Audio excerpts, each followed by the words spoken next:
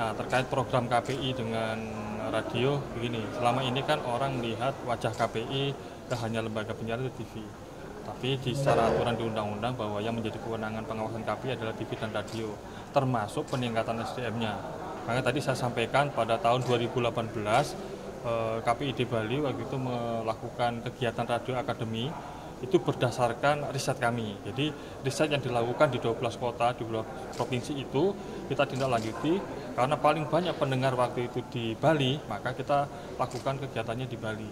Dan itu kebetulan saya juga hadir dan seluruh radio yang ada di Bali dihadirkan, karena Pemprov Bali yang waktu itu Ibu Gubernur langsung hadir mensupport, karena ini penting, karena radio adalah bagian sarana budaya juga, karena beberapa kegiatan siaran radio seperti sandiwara sudah mulai dimunculkan lagi di beberapa radio, dan saya kira itu sudah ada pendengarnya sendiri lah, termasuk saya sendiri kan juga generasi radio, bagaimana saat sekolah juga pernah di punishment oleh guru gara-gara bawa radio ke sekolah kan gitu. Jadi memang radio bagi KPI penting, terutama untuk terutama di perbatasan, di pedesaan, dan bagaimana warga masyarakat juga bisa menerima informasi yang tepat saat mereka kan mendengar radio, kan bisa disampaikan dengan melakukan aktivitas yang lain gitu loh, mendengarkan radio. Ini penting bahwa terutama nanti kita menjelang tahun-tahun politik, informasi-informasi yang pas disampaikan radio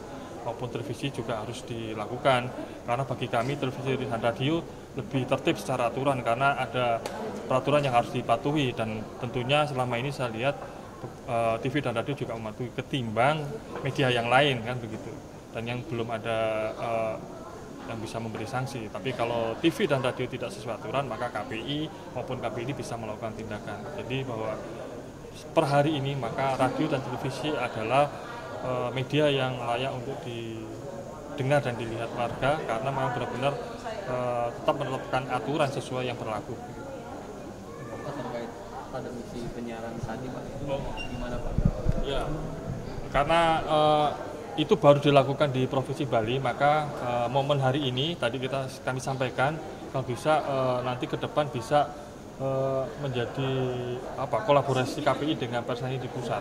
Kalau kemarin cuma hanya satu provinsi, kami berharap ini nanti di tengah transformasi radio ke digital, tetap bahwa SDM tetap harus ditingkatkan di radio. Maka kami ingin menggandeng persani untuk melakukan kolaborasi itu, mau nanti per provinsi atau per zona, nanti kita diskusikan dengan persani. Mudah-mudahan itu menjadi bagian juga dari program kerja yang nanti di Munas ini oleh persani.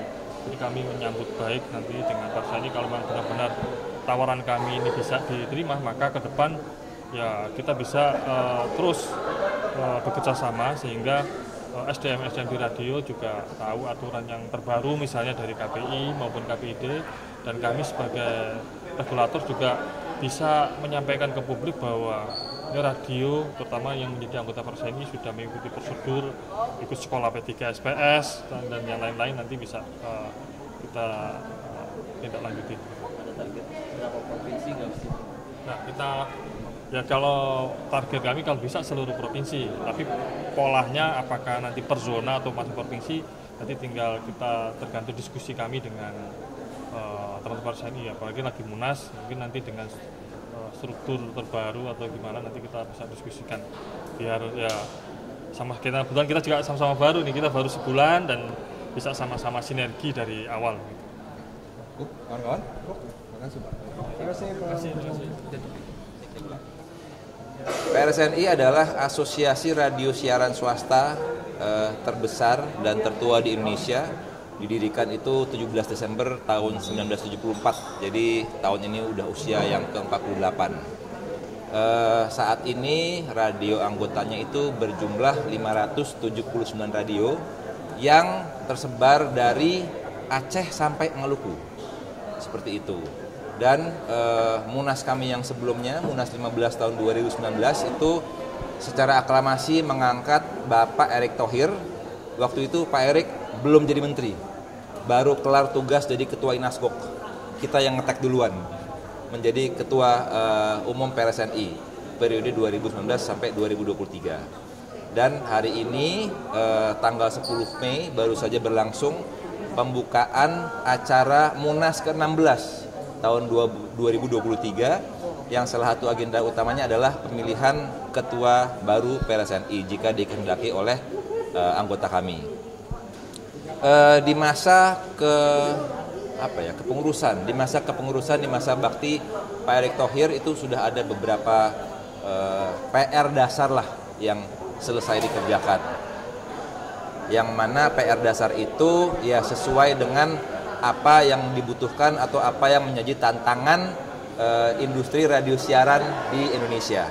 Yang pertama, tantangan dari sisi pendengar, teman-teman mungkin semua tahu ya bahwa semua media tradisional di Indonesia, bukan hanya radio, tapi juga televisi, surat kabar, itu menghadapi challenge yang luar biasa dengan adanya disrupsi digital. Dan kalau ngomong disrupsi digital itu, teman-teman .com lokal juga suka teriak, bukan disrupsi digital. Yang betul adalah ya para pengiklan, bahkan yang di Indonesia, itu sedang honeymoon dengan Facebook dan Google. Facebook kan grupnya ada Instagram dan segala macam gitu ya, semua. Terus Google juga ada YouTube. Itu adalah semua raksasa media baru yang berasal dari luar negeri. Jadi itu sedang disenangi oleh pengiklan di Indonesia, yang mana itu mempengaruhi juga pendapatan teman-teman media tradisional seperti surat kabar, televisi, dan juga radio. Itu yang pertama. Dan juga disrupsi digital yang di sini yang dimaksud juga adalah karena adanya media-media baru itu mempengaruhi gaya konsumsi konsumen media di Indonesia, karena sudah terbiasa dengan hal-hal yang baru, hal-hal yang Internet of Things, hal-hal digital, hal-hal yang lebih kini, sehingga juga itu mempengaruhi konsumsi media lamanya seperti itu. Sehingga memang harus diakui jumlah pendengar radio di Indonesia sampai saat ini itu alhamdulillah agak merosot terus. Menurut Nielsen Indonesia, di 11 survei yang dilakukan di 11 kota besar di Indonesia terakhir tahun 2022 itu angkanya adalah 25 juta pendengar radio di Indonesia di 11 kota besar di Indonesia. Masih oke, masih 25 juta, tapi itu harus kita pertahankan. Nah, jadi kan problemnya dua nih. Satu, pendengarnya trennya tidak baik, turun. Nomor dua, iklannya juga seperti itu. Sehingga di masa kepengurusan Pak Erick Thohir ada dua landasan yang sudah disiapkan. Yang pertama adalah begini. Kalau tahun 90-an radio itu kan memang intim dan personal. Jadi ibaratnya kalau kata dulu guru saya di Radio Prambors itu ngajarin training bahwa radio itu very personal, bisa bentuknya pribadi, bisa dibawa ke kamar mandi gitu kan. Sekarang kan nggak begitu lagi. Sekarang itu yang personal itu adalah handphone. Handphone itu yang dibawa kemana-mana gitu. Sehingga dan juga mesti diingat tadi seperti sambutan sekjen kami bahwa ada 270 juta penduduk Indonesia handphone atau gadget yang connect ke internet hampir 400 juta. Seperti itu. Jadi memang untuk masa depannya radio anggota PRSNI tidak bisa lain kami semua harus masuk ke handphone. Dan itu biayanya nggak murah. Oke, mungkin hanya beberapa gelintir teman-teman radio besar di kota-kota besar yang sanggup melakukan itu, bikin aplikasi radio. Sedangkan radio anggota kami kan dari Aceh sampai Maluku, ya kan? Nggak semuanya punya kemampuan itu. Jadi di masa kepengurusan Pak Erick, PRSNI telah menandatangani MOU dengan 3 aplikasi lokal kebanggaan karya anak bangsa sendiri. Yang pertama adalah aplikasi Noise yang kami pertama kali tanda tangan. Yang kedua adalah aplikasi Roof. Yang ketiga adalah aplikasi Langit Musik yang notabene merupakan anak perusahaannya Telkomsel. Seperti itu. Jadi semua radio anggota PRSNI 579 itu bisa masuk ke 3 aplikasi tersebut dengan gratis, nggak ada biaya apapun sama sekali, dan bisa diakses oleh pendengarnya melewati aplikasi tersebut. Bagusnya adalah dengan hal tersebut sehingga nanti data yang timbul, big data yang timbul di ketiga aplikasi tersebut itu bisa kami crawling, bisa kami mining, dan itulah yang akan menjadi peluru kami untuk terus memperbaiki kinerja kami. Kami bisa punya data yang real time, dan itu juga bisa digunakan untuk kami mencari iklan sehingga kami lebih berdaya. Itu PR pertama. PR kedua, sudah disiapkan juga kerjasama dengan TADEX atau Tanah Air Digital Exchange. Itu juga adalah sebuah perusahaan platform programmatic advertising, hasil kerjasama banyak pihak, ada Dewan Persnya, ada Metranet, ada Telkomsel. Jadi dia itu kayak Google Ads, tapi lokal punya, bos. Seperti itu. Jadi nanti streamingnya di 3 aplikasi itu yang akan cari uang buat kami adalah TADEX. Itu yang sudah disiapkan oleh Pak Erik untuk PRSNI ke masa depannya, dan kami berharap bahwa nanti siapapun ketua yang terpilih sore ini atau besok itu berkenan untuk melanjutkan 2 hal tersebut.